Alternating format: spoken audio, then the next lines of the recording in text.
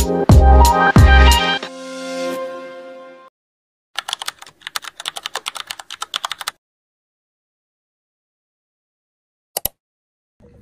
everyone! So for today's video, I will demonstrate how to test CSR compressor motor by using digital multimeter.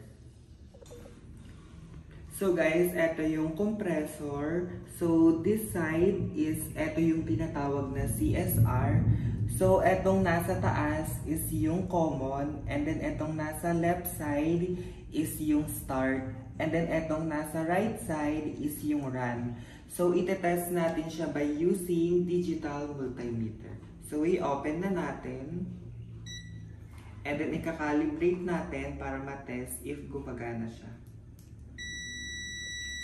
So, gumagana siya guys. And then, etong positive is nandito siya sa common.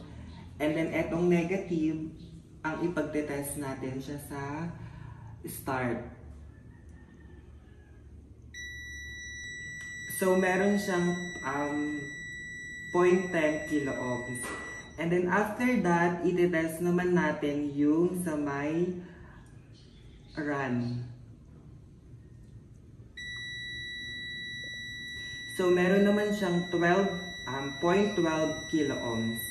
So, after that, isi-switch lang natin siya. Ito namang negative is nandito siya sa common. And then, after etong positive is ilalagay natin siya dito sa may start. So, meron siyang 0.15 kilo ohms. And then, after that, i-test naman natin yung sa run.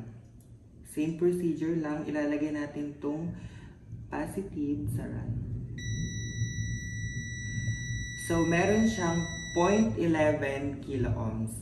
So, that's all guys, how to test CSR compressor. So, bye-bye!